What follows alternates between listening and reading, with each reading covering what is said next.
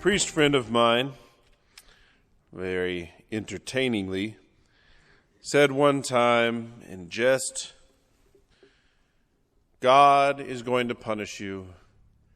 I pray I'm there to watch." It's a sentiment that I think a lot of siblings have, especially when they go to mom and dad and they say, "They did this. Aren't you going to punish them?" It's this kind of sense of revenge, this sense that justice has to be done. And I want to see it in action. In this reading, we have the prophet Jeremiah that said, "Let me witness the vengeance you take on them." It's that same vein, that wish for things to be right, things to be just, things to be true. Now, I won't say that every kid has a pure heart when they ask for this, but the desire behind it certainly is. We want things to be true. Even these Jews who picked up the rocks to stone Jesus, they want it to be true. Their heart of hearts tells them that there is something here, but it's not meshing up with what they know. Because of that, they look to take out after Jesus.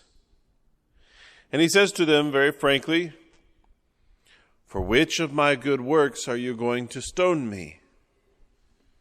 Well, we're not stoning you for that. Well, why not? The bigger question is, how come he was able to work those good works? Was it not because he had power to do so? But they don't get that far. They say, "You're trying to make yourself God." And yes, that would be something very blasphemous. They're not exactly wrong in their conclusion. To make yourself God is blasphemous. But Jesus is God, and he's not trying to make himself God. He just is God. That's their hang-up in their logic, is that they have automatically excluded that first part can't be true. Therefore, their conclusions must follow as they follow. This happens in our world today. There are many atheists out there and many scientists who very much promote their atheism through science by first excluding the premise that there could be a God. They operate with a prejudice. They have prejudged the situation in making an assumption that God doesn't exist. Therefore, these things have to be true. And they're a little bit askewed. But it's unfair to say that these scientists, these individuals out there aren't looking for the truth. They absolutely are. And they want it to be true more than anything. But they've just missed this first point, that they have assumed God doesn't exist. Why? Because the proof of God can be very simple and very complex. Because of that, they just forego the whole thing and make an assumption. Of course, their conclusion is going to end up just like today. It's not going to find its proper end. Yes, if you discount that Jesus is God, then the correct conclusion is that it's blasphemy. If the scientists of today exclude the possibility of a God, then yes, their conclusions seem to affirm what they say. But the problem is, it's only true in the box that they have created. They create the box, the conditions for the box, and then they say all these things that happen within this box, this is the way they work. This is how all games work. This is how all, especially kids' games, work. Because they make up the rules. And then as you're going along, you can't do that. Yes, I can. Literally and physically, I can move my piece from there to... No, you can't do that because there's a rule.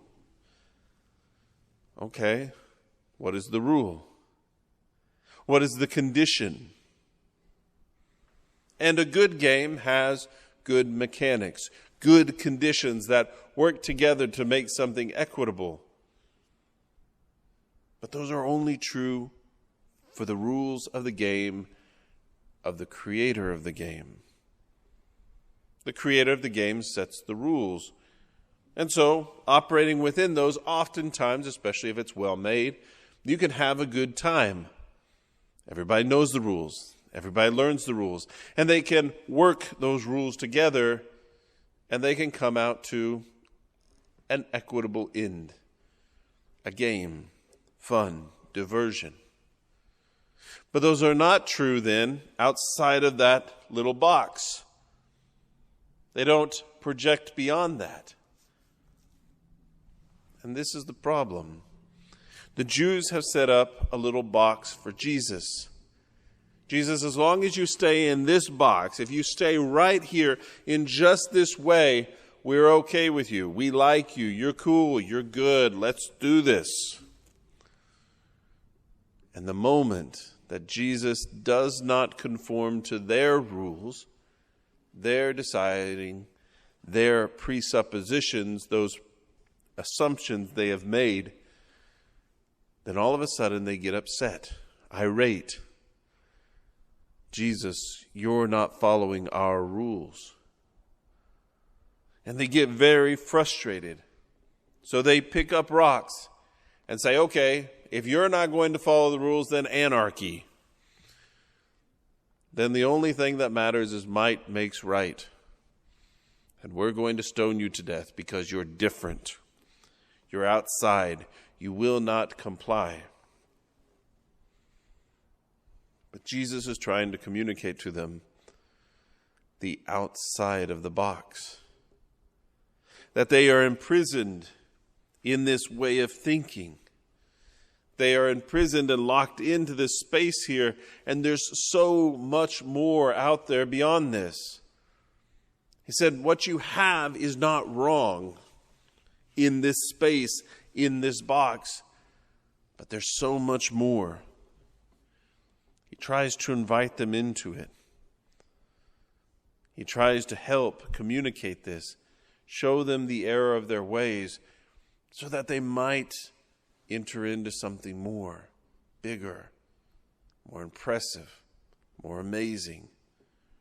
For the Lord is a continual expansion, not a diminishment or limiting. The infinite doesn't get smaller. This, then, the Lord calls us away from worldly ways and worldly thoughts, away from worldly wisdom and philosophies. He sits there instead and says, I call you to the truth that goes beyond that box, beyond the assumptions and presuppositions that you have in your life. I call you into the fullness of truth.